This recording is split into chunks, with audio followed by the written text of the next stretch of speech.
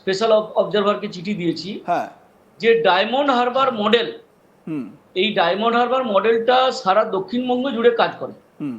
শুধুমাত্র যে ডায়মন্ড হারবারে কাজ করে তা নয়, দক্ষিণ চব্বিশ পরগনা, উত্তর চব্বিশ পরগনা, হাওড়া, হুগলি এবং কলকাতা, হ্যাঁ। এই 5টা জেলাতে ডায়মন্ড হারবার মডেল কাজ করে। হ্যাঁ। আমরা কালকে যে চিঠি দিয়েছি সেখানে বলেছি যে ডায়মন্ড হারবার মডেলকে যদি ইনঅ্যাক্টিভ না করতে পারে নির্বাচন কমিশন, সেটাকে যদি ক্র্যাশ ডাউন না করতে পারে, সেটাকে যদি ধূলিসাৎ না করতে পারে, তাহলে কিন্তু সুষ্ঠু স্বাধীনভাবে নির্বাচন এবং শান্তিপূর্ণ নির্বাচন করাটা খুব মুশকিল হয়ে যাবে নির্বাচন কমিশনের পক্ষে। এই যে এত কেন্দ্রীয় সরকারি কর্মচারীদের এখানে নিয়োগ করা হচ্ছে মূলত প্রিজাইডিং এবং পোলিং অফিসারে, তার মূল কারণটা হচ্ছে কি যে বুথগুলোতে ভেতরে যে লোকগুলো থাকবে সেইগুলো যাতে শাসক দলের সঙ্গে হাত না মিলিয়ে ফেলে।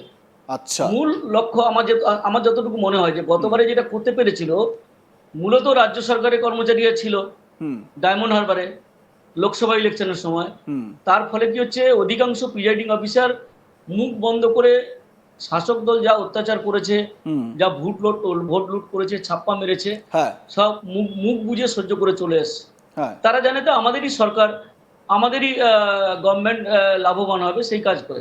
কিন্তু সেটা মনে হচ্ছে যতটুকু আমার ধারণা, আমার যতটুকু রিডিং, নির্বাচন কমিশন যেমন police force, protection, paramilitary force, তারপরে সাজোয়া গাড়ি, এগুলো যেমন একটা প্রস্তুতি, ঠিক একইভাবে বুথের ভেতরে থেকে যারা কাজটা করবে তারা যাতে অন্তর্ঘাত না করে, তারা যাতে তৃণমূলের সঙ্গে হাত না মিলিয়ে নেয় বা শাসক দলের সঙ্গে হাত না মিলিয়ে নেয়, সেই ব্যবস্থাটাও হচ্ছে বলে আমাদের মনে হয়। আমার মানে আপনার সঙ্গে আমি এই আজ তাক বাংলা স্টুডিওতেও শো করেছিলাম। আমার পরিষ্কার মনে আছে আপনি বলেছিলেন যে 80 থেকে 90 লক্ষ নাম হয়তো বাদ যেতে পারে এসআইআরে, এবং আমরা সেই রকমই একটা ফিগার কিন্তু পেলাম আক্ষরিক অর্থে। এবারে আমার প্রশ্ন হচ্ছে, সেই সময় আপনি একটা কথা বলেছিলেন যে এই যারা বিএলওরা কাজ করছে, সেই এসআইআরের মূল পর্বের একদম কাজ যখন শুরুটা হয়েছিল, মনে করে দেখুন, আপনি এটা বলেছিলেন যে এই বিএলওদের ওপর প্রভাব খাটানো হবে এবং শাসক দল তৃণমূল কংগ্রেসের তরফ থেকে এই প্রভাবটা খাটানো হবে। এর জেরে বিএলওরা কতটা তারা একেবারে নিউট্রালি কাজ করতে পারবেন সেই নিয়ে একটা প্রশ্ন থেকে যায়। এবং আপনি কি আবারও মানে এই আশঙ্কাই দেখছিলেন, মানে ইলেকশন কমিশনের ভূমিকা বা ইলেকশন কমিশন যে অতিরিক্ত এই কেন্দ্রীয় সরকারের কর্মচারীদের এনে ভোট করাবে, এই বিষয়টাকে আপনি কিভাবে দেখেন? আর দ্বিতীয়ত হচ্ছে গিয়ে যে মানে রাজ্য সরকারের যে কর্মীরা যাদেরকে দিয়ে বুথের ভেতরে যারা কাজ করবে, তারাও কি কম্প্রোমাইজড হয়ে যেতে পারেন বলে আপনি মনে করছেন? না, এটা হয়েছে তো অতীতে, কম্প্রোমাইজ মনে করার ব্যাপার নয়। এর আগে গত 2023 সালে 21 সালে যে বিধানসভা নির্বাচন, সেখানেও শাসকপন্থী যারা শিক্ষক ছিলেন বা সরকারি কর্মচারী, তারা কম্প্রোমাইজ হয়ে গিয়েছিলেন।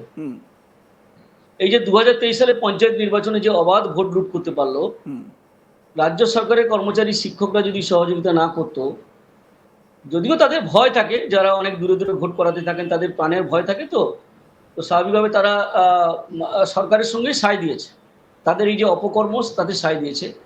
এই যে 2026 সালে বিধানসভা নির্বাচন হচ্ছে, এখানেও কিন্তু এই যে শাসক দলের অনুগত যারা বিএলও ছিলেন বা যারা ভোটকর্মী আছেন, তারাও কিন্তু শাসক দলকে ঘুরপথে সাহায্য করতে পারে, এই আশঙ্কাটা কিন্তু আছে।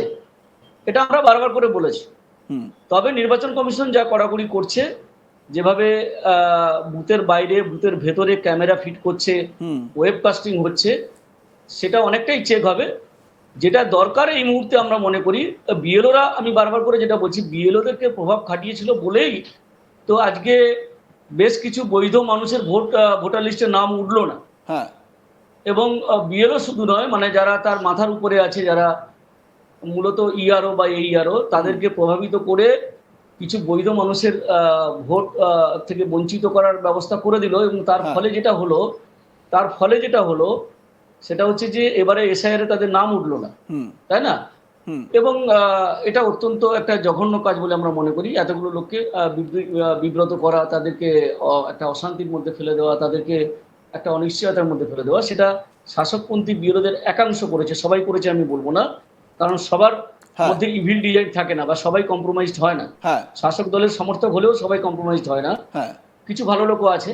ঠিক একইভাবে ইআরও বা ডব্লিউবিসিএস অফিসার যারা ছিলেন, এই ইআরও, তারাও কিন্তু কম্প্রোমাইজড, এবং তাদের এই ছলচাতুরির কারণে লোকেদের এই হয়রানি, সেই কাজটা এবারে কিন্তু ডিসিআরসিতে হতে পারে। বেশ। সেক্টর অফিসে হতে পারে।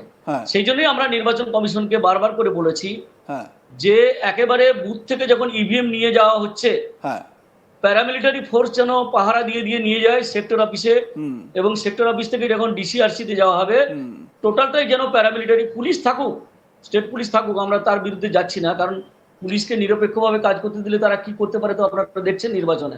প্রথম ফেজে দেখা গেছে। তো স্বাভাবিকভাবে তাদেরকে স্বাধীনভাবে কাজ করতে দিলে তারা যথেষ্ট যোগ্যতার সঙ্গেই কাজ করতে পারবেন। স্বপনবাবু, আপনাকে একটু বিরত করছি আমরা। আপনি কিছুক্ষণ আগেই ডায়মন্ড হারবার মডেলের কথা বললেন। সারা রাজ্য জুড়ে তৃণমূল বিরোধী যারা দলগুলো রয়েছে তারাও এই ডায়মন্ড হারবার মডেলের কথা বলে। সাম্প্রতিক সময় দ্বিতীয় ফেজের নির্বাচনের আগে আমাদের হাতে বেশ কিছু ভিডিও সামনে এসেছে, এবং এই ডায়মন্ড হারবার, বিশেষ করে দক্ষিণ চব্বিশ পরগনার ডায়মন্ড হারবারকে মাথায় রেখেই ইলেকশন কমিশনের একটা বলা যেতে পারে বড় পদক্ষেপ, একজন পুলিশ পর্যবেক্ষককে আনা হয়েছে যিনি উত্তরপ্রদেশের আইপিএস অফিসার, তাকে এখানে আনা হয়েছে। আমি অন্তত এ যাবৎকালে বা সাম্প্রতিক অতীতে বা যতগুলো ভোট আমি দেখেছি, আমার জ্ঞানত আমি কিন্তু এরকম দেখিনি যে কেন্দ্রীয় সরকারের কর্মচারী এনে ভোট করানো হচ্ছে। আপনি এই বিষয়টা আরো ভালো বলতে পারবেন যে এরকম কি আগে হয়েছে, আর যদি হয়ে থাকে কোন পরিপ্রেক্ষিতে হয়েছে, আর এবারে যদি প্রথমবার হয়ে থাকে তাহলে এটা কেন হচ্ছে? একটা তথ্যগত সংযোজন আমি করতে চাই। প্রথমত এই যে 16,000 কর্মী নিয়োগ করা হচ্ছে যেটা বলা হচ্ছে আর কি, এটা কিন্তু অতিরিক্ত 16,000। অতিরিক্ত 16,000, কারণ আমরা বলি যে ইতিমধ্যেই যে প্রিজাইডিং অফিসার বা পোলিং অফিসারদের ট্রেনিং হয়ে গেছে বা তাদেরকে রিকুইজিশন নেওয়া হয়ে গেছে, পার্টি ফরমেশন হয়ে গেছে, সেখানেও কিন্তু ব্যাপক পরিমাণে কেন্দ্রীয় সরকারের কর্মচারী আছেন বা অফিসার আছেন। মাইক্রো অবজারভার তো আছেই প্রচুর পরিমাণে কেন্দ্রীয় সরকারের।